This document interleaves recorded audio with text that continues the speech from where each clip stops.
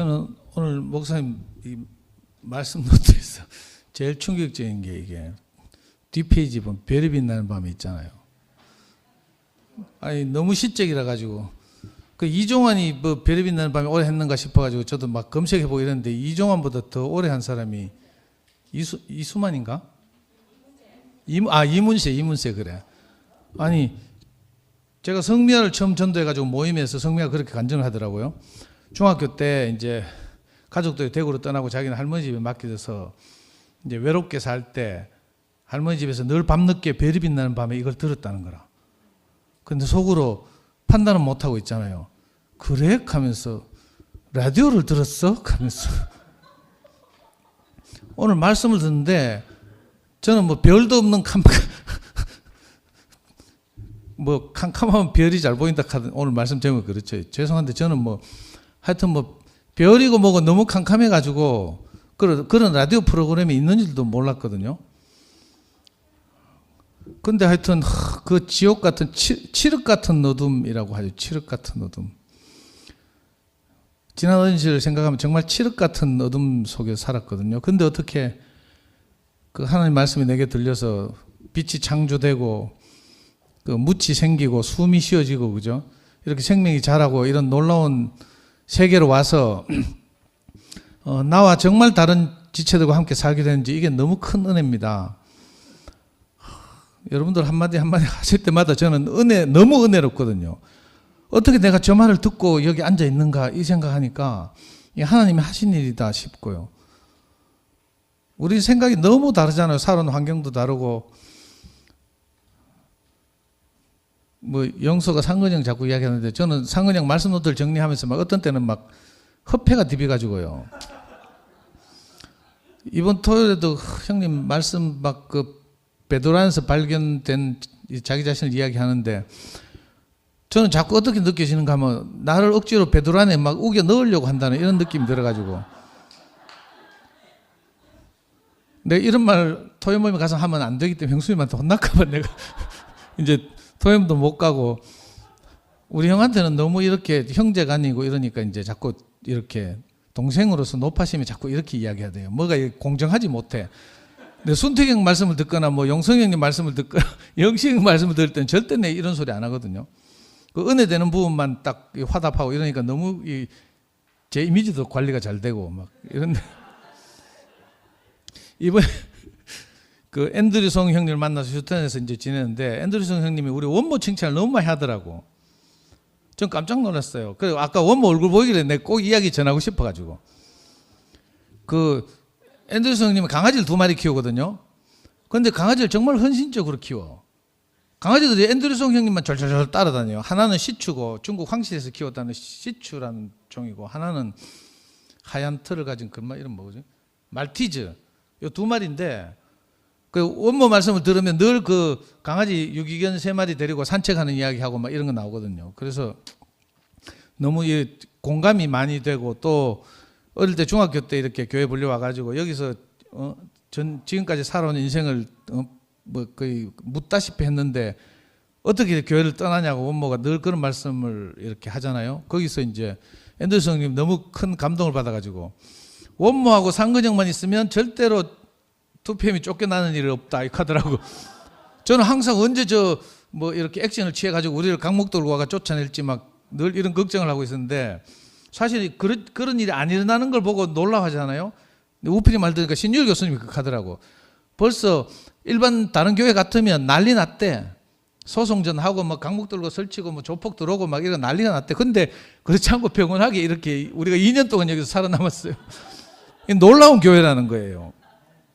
근데 이제 앤드류송 형님은 거기서 한술 더 떠가지고 한쪽에는 봉순자매하고 상근이 형이 있고 한쪽에는 원모가 있어서 저쪽에서 우리 쫓아내려면 교회를 부숴가지고 4분의 3을 우리 줘야 된대. 그러니까 절대로 그럴 일 없을 거라 하면서 물론 우스갯소리로 이렇게 이야기하는데 정말 그 말이 이렇게 다르게 들리고요. 그리고 아까 칠흑 같은 어둠이라고 이야기했는데 뭐 우리 각자가 다 이런 칠흑 같은 어둠 속에서 이제 그 빛을 만났잖아요. 밤하늘에 별을 본 것처럼 그렇게 이렇게 이끌려 왔는데 정말 미주에 계신 분들 보면 아니 미주까지 갈 것도 없네. 내 대구에서도요. 저는 내 같은 이 가련한 인생이 또 있겠나 이런 생각을 가지고 교회 생활을 했단 말이에요. 그런데 막상 교회 와서 생활하다 보니까 내보다 안 가련한 사람들이 별로 없대. 다 나름 한 칸 하는 인생의 사연이 있고 가난이 있고 뭐 소외가 있고 그죠? 야 이게 희한하죠. 그래서 이게 사탄이 있구나 이런 생각이 들어요.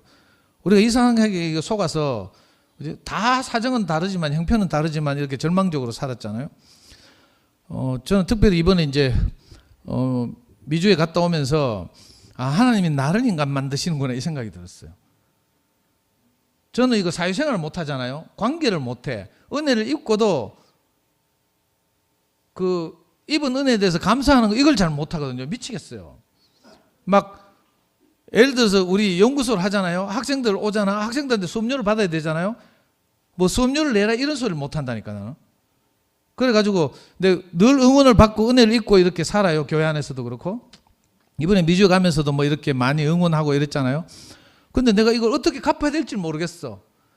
근데 이거 사회생활 잘 하려면 예를 들어서 뭐 100만 원치 내가 은혜를 입었으면 다만 뭐 5천 원치라도 뭐 이렇게 감사하다는 표현을 하고 이래야 되는데 이게 안 돼가지고 미치겠다니까. 그래 목요일에 내가 미리 밑밥을 깔았잖아요. 선물 기대하지 말라고. 그렇게 해놓고 내가 이게 이제 내가 좀 자랐나 봐요. 교회생활 하다 보니까 부담이 돼서 죽겠는 거라. 아니 미주 순회가 부담이 되는 게 아니고요. 가는 거 아무것도 아니라 뭐 스위치 누르면 간증하면 되니까. 근데 갔다 와서가 이게 문제라. 응원하시는 분들한테 은혜를 갚을 방법이 없는 거예요. 너무 막 어색하고 낯설고 막 하여튼 막 두드러기 나고 막 이렇거든요. 근데도 불구하고 제가 용기를 내 가지고 아까 우리 형수님한테 이렇게 정말 그 은혜에 비하면 뭐 쇠가리 눈꼽만치도 못한 선물을 드렸는데 우리 형수님 너무 기뻐하는 거예요. 상도한테 선물 처음 받아보다 하면서.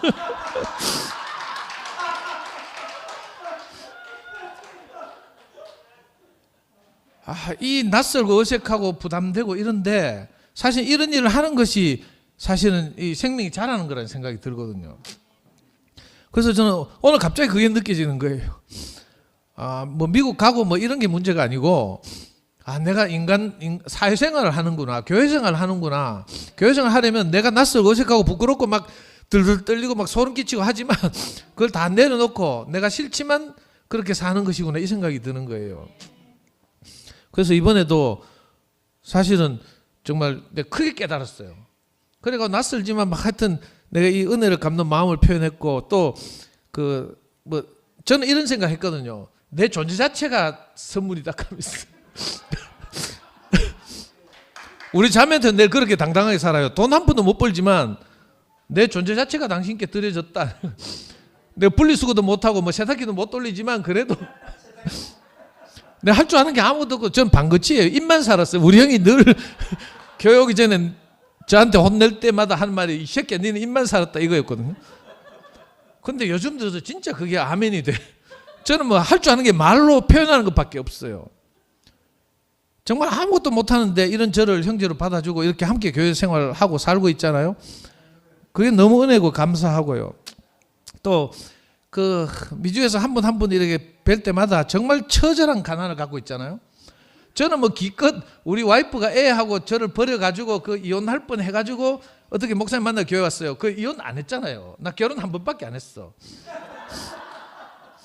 근데 미주에 가보면요.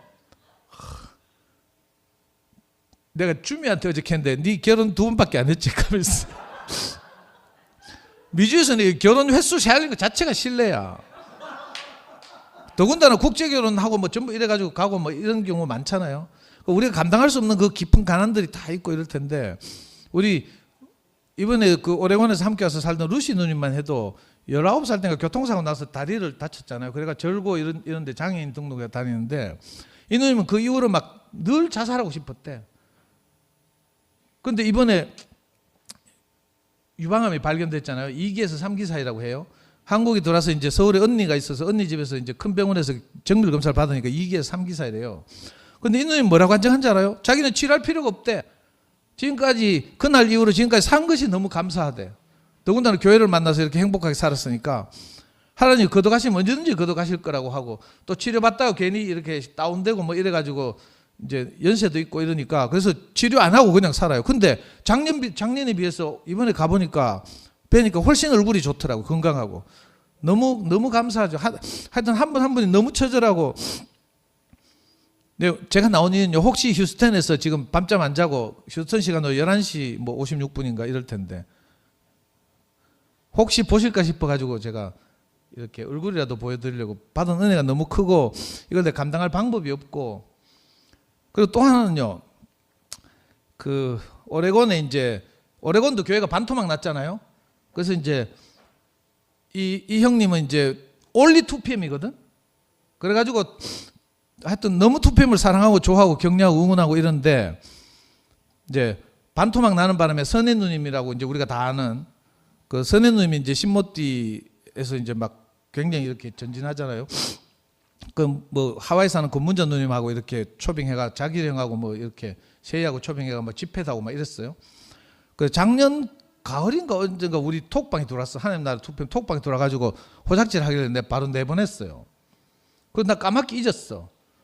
근데 최근에 계속 성미한테 문자 와가지고 카톡 와가지고 왜 자기를 내보냈냐 하면서 다시 들어오고 싶다고 막 내한테 직접 하면 될 낀데 그 성미하고 계속 오빠가 내보냈냐고 물어. 내가 대답을 안 했거든요.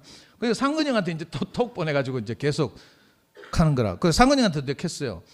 내한테 직접 해라 희약 하면서. 오늘 드디어 이제 오레곤 선혜 누님한테서 카톡이 왔어. 이제 손자 나왔다 하면 손자 동영상하고 막 보내왔어. 좀 있으면 이제 톡방에 넣어달라 하겠죠. 그래서 저는 내 이 성질 더러운 게 참 하나님 은혜 같아요. 거기서 뭐 거절 못하고 온유하게 막 아우 누님하고 막 다시 들어오세요. 나 이거 못하거든요. 정말 이 은혜 같아요. 그러니까 여러분들도 혹시 제가 좀 지랄 같더라도 이 지랄 같은 것이 어떤 때는 쓰일 수도 있으니까 은혜로 저를 덮어주시면 좋겠고요. 오늘 집회 끝나고 오후 6시에 성선이 자매 그 신랑이 돌아가셔가지고 우리 입관회회 하신다는 광고 다 들었죠. 성선이 자매는 우리 작년에 목요일 날 여기서 생계형 애터미 한다고 이 목요 집회에서 서고 이랬던 자매예요. 우리 형제들께서 같이 가셔서 함께 잘해 주시는 것이 뭐 선이에게 뭐 다른 거 우리가 할 게 없잖아요. 힘이 될 거라는 생각이 들어서 형제들 은혜를 구하고 좀 이따 병원에서 다시 뵙겠습니다.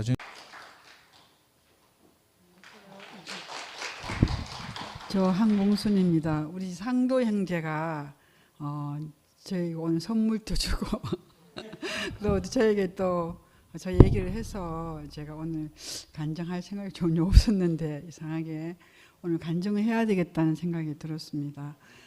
먼저 오늘 목사님 말씀에 어둠 속에서 별이 많이 보인다. 저는 목사님 이렇게 말씀의 제목만 봐도 그 목사님 말씀의 핵심이 되는 것 같아요. 그래서 저는 목사님 말씀의 그 제목만 보면은 제가 은혜가 되는 거예요. 정말 그 제목 안에 목사님 말씀에 다 함축되어 가지고 딱 요약만, 목사님 말씀 잘 안 들린 분 요 제목만 보시면 됩니다. 저는 전번주에도 그랬고 목사님 그 정말 어둠에서 별이 빛난다 그랬잖아요. 그 어둠에 정말 다 우리가 어둡고 다 어둠 속에서 왔지만 아까 상도 형제가 얘기했듯이 저희 집에서도 상도 형제가 그랬습니다. 그 집안이 너무너무 어두움이었거든요. 근데 이제 제가 맨 처음에 시집을 오니까 상도 형제가 형편이 안 되어가지고 군을 먼저 갔어요. 그 대학 입학. 근데 대학 입학하고서 노름을 해가지고 그 빛을 주고 군을 갖는 거예요. 그러니까 저는 그걸 몰랐는데 저희 어머님은 그걸 며느리한테 어떻게 얘기하겠어요? 도저히 할 수가 없잖아요. 그랬으니까 제가 이제 피아노 레슨 내가 생활비를 주면은 어머님은 그걸 이제 그 빚을 갚아야 되는 거예요. 이자하고. 그러니까 어머님이 막 얼마나 그 며느리 눈치 보고 저는 몰랐어요. 저 사실은 한참 후에 알았는데 이제 그게 첫 시발점이었어요. 그랬는데 또 그러고 이제 그런 사람이었는데 또 이제 우리 상도 형제가 그 명예기를 우리 경석이 형제, 우리 동서가 버리고 이제 갖는 얘기를 하잖아요. 그의 장본이 접니다, 사실은. 왜냐하면 우리 동서가 한날 찾아왔더라고요. 저 생긴애 안 찾아오거든요. 그래서 형님 할 얘기가 있다 그러면서, 그래서 제가 뭐냐 하니까, 그래 저렇게 노름을 하고 자식이 있는데 어떻게 하면 좋겠습니까? 형님 생각은 제가 어떻게 하면은 이 사람하고 같이 살아야 될지, 이혼해야 될지 제가 어떻게 하면 좋겠습니까? 저한테 의논하러 왔더라고요. 그래서 제가 뭐라 그랬냐 하면은, 솔직히 내 얘기하는데, 나를 위해서, 우리 집안을 위해서 네가 살아주면 좋겠다. 왜냐하면 네가 이혼하면 그 모든 걸 내가 다 맡게 되잖아. 자식도 그렇고, 우리 명혁이도 우리가 어머님이 키워주고 있었거든요. 우리 동서가 학교 나가니까. 나는 그래, 나를 위해서, 우리 집안을 위해서 나는 네가 살아주면 좋겠다. 근데 네가 내 여동생이라면 나는 살지 마라 한다. 희망이 없다. 저 친구한테는 네 인생에 보장도 없고 희망이 없다. 그러니까 내 여동생을 가면 이혼하라 할 거다. 근데 네가 만약에 이혼을 하게 되면은 내가 명의를 키워주마. 내가 그랬어요. 내가 아들 서희 생각하고, 근데 우리 어머님하고 저희 남편, 우리 시동생한테는 전혀 표 안 냈어요. 내 속마음을 표를 안 냈어요. 그런 사람이에요. 그래서 우리 동서가 이혼 나갔는 거예요. 아이를 맡겨놓고 갔는 거예요. 아무도 모르죠. 내 말죠. 우리 동서가. 그런데 지금 어떻게 됐나요? 칠흑 같은 어둠에서 저는 너무 우리 시동생이 지금 영광스러워요. 정말로 정말 우리 신랑이 고추에 꽃 피듯이, 고추에는 꽃 피는데 우리 상도한테는 꽃이 그런 사람이었는데, 정말 그 하나님을 만나고 그리스도 십자가 깊이 알아서 지금은 너무너무 떳떳한 자랑스러운 사도가 됐는 거예요. 그리고 저는요, 사실 이 상도를 따라온 자매들 너무 좋아합니다. 네, 너무 사랑하거든요. 나 상도 따라다 가면 그저 이뻐요, 이상하게. 왜냐하면 저렇게 성질도 더럽고. 근데 나는 이제 상도를 알았어요. 그때는 가족으로서 그걸 몰랐습니다. 왜 저런지 이해가 안 되는 거죠. 왜냐하면 우리 환경과 살아온 환경이 다르기 때문에 너무 이해가, 왜 저렇지? 어머님 저렇게 고생하는데 왜 저렇게 노름을 하고 왜 저렇지? 왜 성질문은 저렇노? 근데 교회 와서, 특히 2PM 와서 제가 우리 김상도 형제를 알았어요. 왜 그런지 이해가 되는 거예요. 그래서 우리가 가족으로서는 전혀 만날 수가 없어요. 왜냐하면 너무너무 다르기 때문에, 환경이 너무 다르고. 근데 교회에 오니까, 그리스도 알고 몸된 교회에 오니까, 하나님 나라에 오니까 이해하게 되는 거예요. 알게 되는 거예요. 그것을 우리가 한 발짝 한 발짝 예수 그 십자가를 알아가는 게 결국 그게 교회 생활인 것 같아요. 형제 자매를 알아가는 게 그게 교회 생활인 것 같아요. 그래서 나는 우리 상도에 너무 자랑스러워요. 왜냐하면 정말 사실 2PM의 핵심적인, 저는 항상 가거든, 핵심적인 인물은 상도였다는 자매다. 왜냐하면 상도된 자매들은 일단은 말씀이 정확하게 뿌리 박혀 있어요. 그러고 두 번째, 저 성질물이 들어오는데 그 곁에 나가야 그 정말 어두운 어머님을 다 뿌리치고 이 남은 사람이잖아요. 그래서 저는 너무 자랑스럽고, 또 오늘 이제 제가 사실은 처음으로 내가 상도형제 그 사도의 부르심을 받을 때 제가 편지를 써가지고 보냈어요. 그 편지를 읽을게요. 제가 처음입니다. 제가 지금 원래 68인데 결혼한 지 84년도 결혼했는데, 이거는 내가 우리 시동생으로서 편지 쓴 게 아니고요. 내가 형제로서 편지 썼어요. 제가 읽어드리고요. 또 최초로 내가 상도 형제한테 편지를 받았습니다. 그것도 읽어드리겠습니다.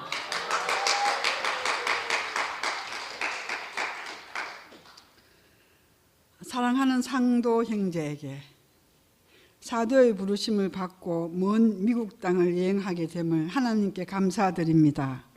힘들고 어려운 길이지만 하나님 나라와 예수 그리스도의 십자가의 길을 두 뼘을 대표해서 말씀을 전하기를 간절히 소망합니다. 먼 여행길 건강 조심해서 다녀오세요. 여행 동안 하나님 은혜가 함께 하시기를 기도드립니다. 2025년 2월 9일 항봉순 자매. 그래 편지해줬는데 우리 상도 형제가 어떻게 답이었냐 하면 제가 읽어드릴게요.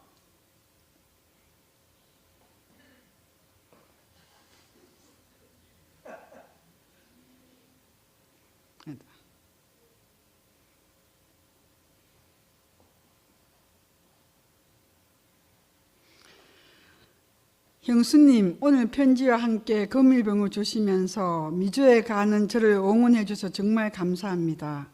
형수님께 직접 톡으로 감사를 표현하고 싶었는데 전화번호가 저장되어 있지 않아서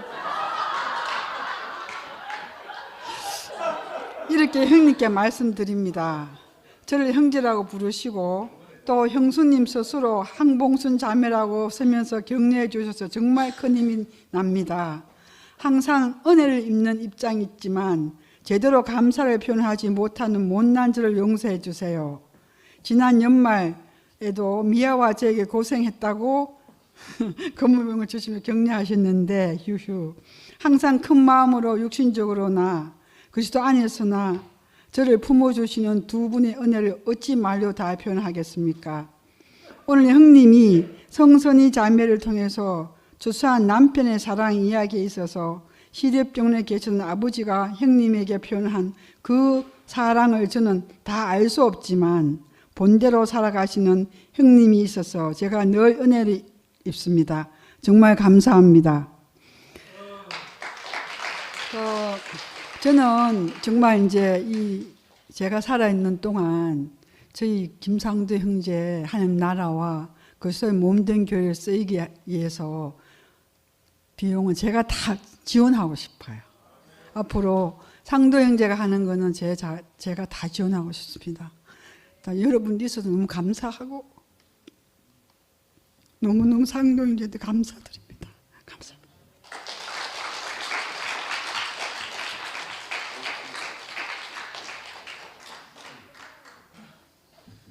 예, 이게 또 안 나올 수가 없게 됐네.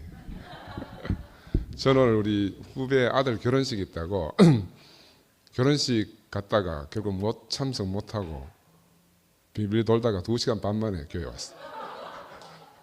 동천에 엠스타라고 왔는데 내가 가는 길 반대편으로 달리기를 하더라고. 그래 반대편으로 건너갈 수가 없어. 계속 오다 보니까 교회까지 온 거예요.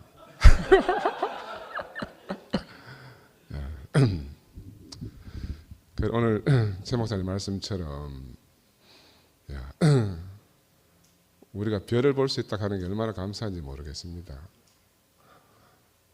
나는 이 교회 앞에서 우리가 한 가족이 된 게 너무너무 감사해요. 갈등도 참 많았거든요.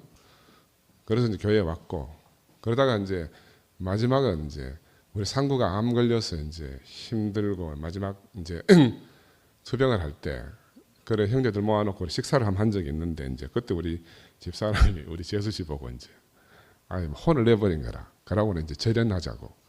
그리고 다시 만날 길은 교회에서 형제자매로 만나는 길밖에 없다. 그래서 그때 이후로 이제 명절이 뭐고 다 없어졌어요. 인간적인 모든 게 다 끝난 거라. 그때 이제 상구한테 애틋한 마음이 이제 막내고 고생하고 이러니까 너무너무 애절하고 어머니도 안 계시고 하니까 그런 마음이 있는데 이제 우리 경서이가 이제 그런 마음을 이제 충분히 이렇게 헤아리지 못하고 하니까 그러나 이런 것들은 다 아담 안에 있는 거 아니겠어요? 우리 어둠 가운데 있었던 일이고 그런데 참 이렇게 교회가 이런 과정을 겪으면서 나는 우리 가족이 제일 복받은 것 같아요. 내가 상도를 더 깊이 알고 또 우리 사람도 상도를 저렇게 깊이 알아가고 우리가 하나님 그늘 아래서 형제자매를 만나는 것보다 더 귀한 만남이 없잖아요. 가족으로 만나는 여러분도 다 살아보면 아시겠지만 가족은 애증관계잖아요. 애증이라고 애증. 우리가 그런데 새 가족 안에 교회 안에서 새로운 가족으로 피를 나눈 형제보다 예수의 피 안에서 이렇게 참 가족이 된 것이 너무너무 감사하고,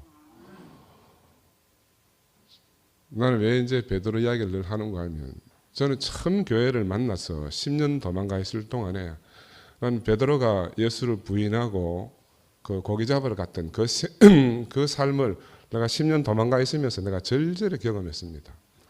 흑암이 얼마나 깊은지 그건 살아보지 않으면 알 수가 없거든요. 무엇을 해도 불만이었고, 무엇을 해도 내가 웃는 게 미친놈이라고 내가 이야기하는 이유가 그래요. 나는 빛을 봤습니다. 빛을 보고 빛을 등지고 다시 세상 가운데로 갔기 때문에 내 인생 전체가 흑암이었어요. 흑암 가운데서 웃을 수가 없잖아요. 그렇게 늘 인상만 쓰고 살다가 다시 교회에 와서 이렇게 아름다운 형제 자매들을 만나고 정말 둘도 없는 교회 생활을 하는 거거든요.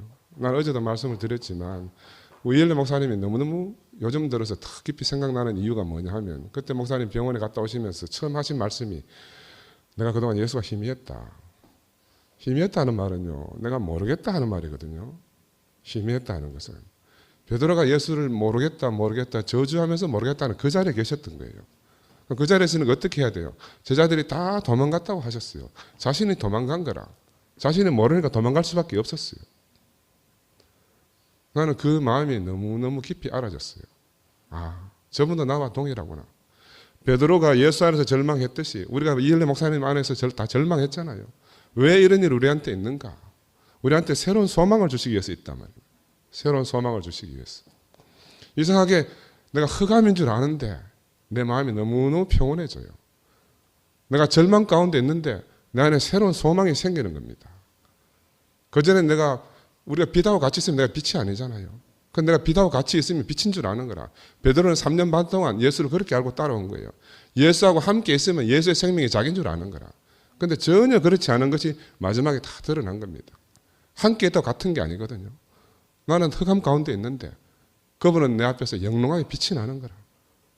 이게 그러니까 배필이에요. 우리가 흑암이라고 고백하는데 우리를 통해서 그분의 영광이 다 빛나는 겁니다. 이상하잖아요.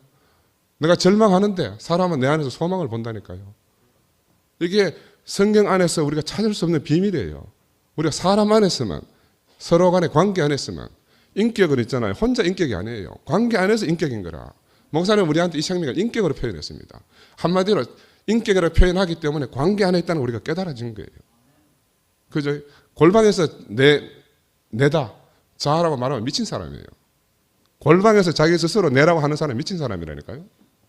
우리는 자라고 할 때는 누구를 만났을 때 나가 있는 거라. 누구를 만났을 때 하나님 앞에서 내가 있는 거예요. 베드로 앞에서 예수가 있고 우리 형제들 앞에서 내가 있는 겁니다. 우리는 관계 안에서만 나를 발견할 수 있는 거예요. 그죠? 나는 그래서 내가 흑암 안에 있다는 게 너무너무 감사해요. 우리 집안이 흑암 가운데 있다는 게 너무너무 감사해요. 왜냐하면 흑암 가운데 있지 않았으면 우리가 어떻게 이렇게 영광스러운 교회 안으로 부름을 입고 왔겠습니까? 그때 과정을 겪을 때는 다 원망스러웠어요. 우리 사람도 원망스럽고 상도도 원망스럽고 막 자기 말 다 못하고 사는 우리 어머니도 너무 원망스러웠고 내 자신도 너무너무 원망스럽고 내가 얼마나 그 옛날에 그런 말 했잖아요. 내가 군대에 있을 때인데 집안 시끄러우니까 군대에 있으면 마지막 연말 되면 폭탄 남으면 마지막에 폭탄을 처리해야 돼. 그래서 산에 가서 막 터뜨리고 하거든요. 저거 들고 가서 집안 다 폭발시키고 싶은 생각이 너무너무 간절해. 살아서 뭐하노? 희망이 없고 소망이 없는데 물질이 충족한다고 사는 게 아니잖아. 그지? 내 안에 빛이 없는데. 그런데 그 절망 가운데 있는 베드로를 주님이 찾아오셨어요. 뭐라고 찾아오셨는가 하면 저 밥 먹자라고 찾아오신 거예요. 나도 똑같은 부름을 내 친구가 나를 불러왔어요. 우리는 절대로 하나님을 내가 찾아가서 만날 수가 없습니다. 하나님 나를 찾아오지 않으면 나는 절대로 만날 수가 없어요. 나를 데려다가 교회 안에 데려두셨잖아요. 우리가 이렇게 된 것도요. 우리가 정말 예수가 누구인지를 더 깊이 알도록 하나님 우리에게 허락한 교회가 어떤 교회인지를 정말 우리가 다 깨끗하게 설명해 볼 수 있도록 하기 위해서 이런 일이 벌어진 거라 생각해요. 가론자처럼 머리가 잘 돌아가는 사람은 먼저 예수를 팔아버리잖아요. 저도 학창시절에 목사님 만났을 때 그렇게 파는 사람이에요. 베드로처럼 교회를 지키겠다고 칼을 빼고 휘두르는 사람들이 있잖아요. 제가 바로 그런 사람이었습니다. 근데 마지막 자리에 가서는 내가 정말 그를 모르겠습니다. 모르니까 저주하면서 모르겠다고 할 수밖에 없는 게 제 자신이에요. 야, 근데 그와 내가 한 자리에서 있는 거라. 나는 예수를 죽인 사람인데 예수는 내게 죽임 당한 사람이에요. 나는 죽인 자리에서, 그는 죽임 당한 자리에서 우리 하나로 만나는 겁니다. 우리가 예수와 내가 하나다 하는 이 말을 깊이 알아야 돼요. 예수와 내가 하나다. 예수가 죽을 때 내가 죽었다 하는 말은 나는 그를 죽인 자고 그는 내게 죽임을 당한 자예요. 그걸 우리 어떻게 하는가 하면 6월절 어린 양을 잡아서 우리가 먹었잖아요. 6월절 어린 양을 잡아 먹어야 출애굽할 수가 있습니다. 내가 잡아 먹은 거예요. 내가 그를 죽인 거라니까요. 근데 우리가 이걸 사실을 분명히 알지 못하면요, 정말 헛것만 보고 살아갈 수밖에 없어요. 헛것만 보고. 내가 그를 죽여봤기 때문에 나는 그분의 생명이 어떤가 골고루 내 속에 새겨져 있어요.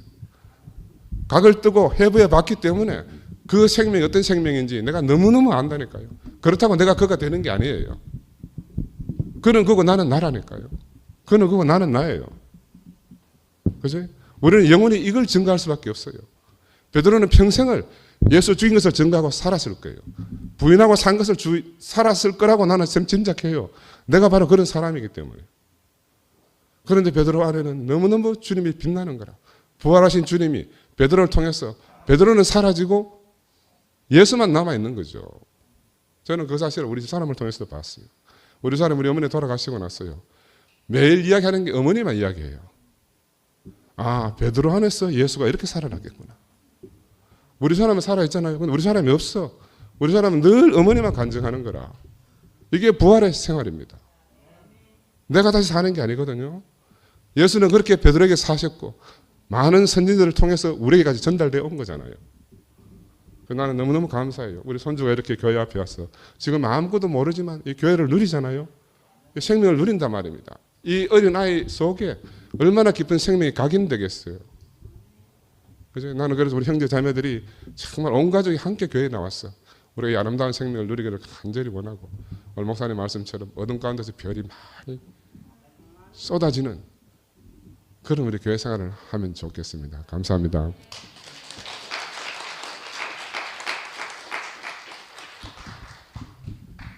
예, 뭐 판이 이렇게 돼가지고 그냥 또 나왔습니다.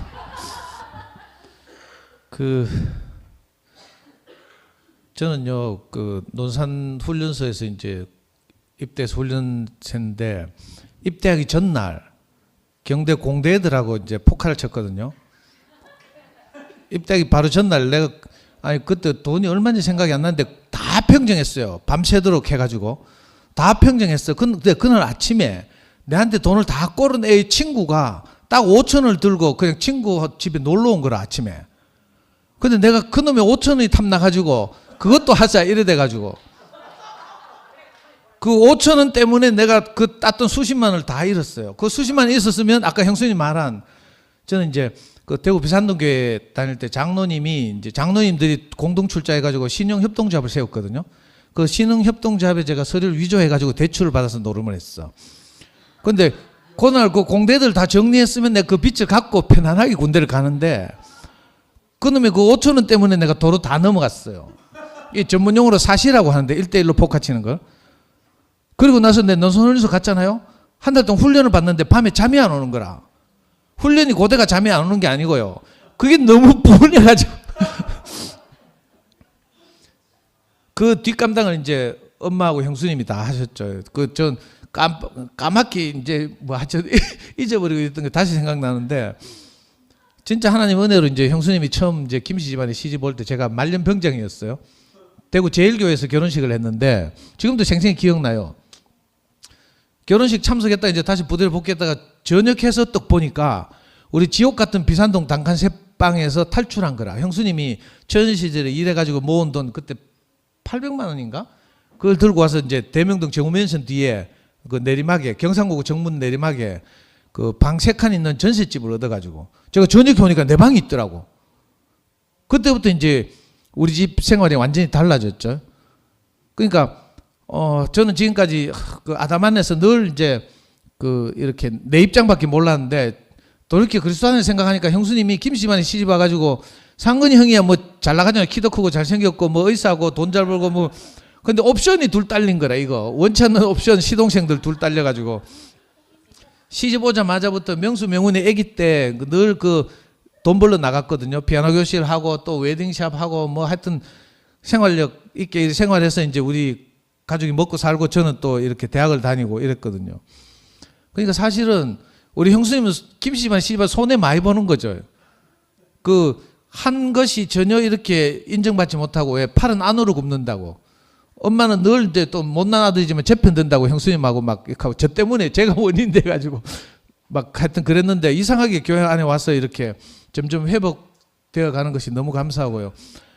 저는 오늘 이제 아까 형수님 간증을 들으면서 새로운 것이 비치던데 형수님은 저 성질 때문에 손해보는 게 많아.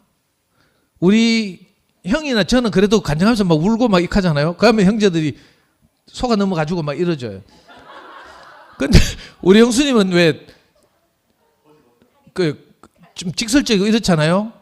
그런 것이 어떻게 보면 그리고 우리 형이나 저는 그래도 이렇게 좀 말로 이렇게 간증을 뭐 하나님 은혜를 뭐 호소하는 편인데 형수님이 이제 그 생내적인 어떤 것 때문에 손해를 많이 봐요. 저도 그렇게 오해를 하고 있었거든요. 근데 오늘 형수님 마음을 들으니까 그 표현과 완전히 다르잖아요. 그래서 너무 감사하고요. 그 오늘 그 형수님이 뭐 하여튼 제가 어떻게 살든지 이렇게 저를 뭐 전폭적으로 지원하겠다고 말씀하시는데 제가 막 무슨 큰 든든한 이거 백을 얻은 것 같이 막 하여튼 이렇고요. 이렇게 하여튼 투팸에서 밀려와서 교회 생활하면서 조금씩 이렇게 그 제가 제일 무서워하던 형수님인데 조금 덜 무서울 것 같아요 오늘부터. 왜냐하면 과거에 저를 너무 다 하니까 내가 교회에서 사기를 칠 수가 없잖아요. 좀 잘나고 싶으면 꼭 옛날 노르만 이야기하고 막 이렇게 하니까 진짜 하나님이 계시다는 생각이 들거든요. 뭐 하늘에 하나님 저는 몰라요. 본 적도 없고 만난 적도 없는데 나를 그저 그 머리카락까지 세시는 하나님 뭐 이런 성경의 표현이 있는 것처럼 그 제 삶을 샅샅이 하시니까 형님과 형수님 딱 계셔서 제가 절대 자고할 수 없도록 이렇게 제한하시고 제가 형제들 앞에서 늘 부끄러움을 등에 지고 이렇게 교회 생활 할 수 있도록 하나님이 은혜를 베푸시는 것 같아서 너무 감사합니다. 주님을 찬양합니다.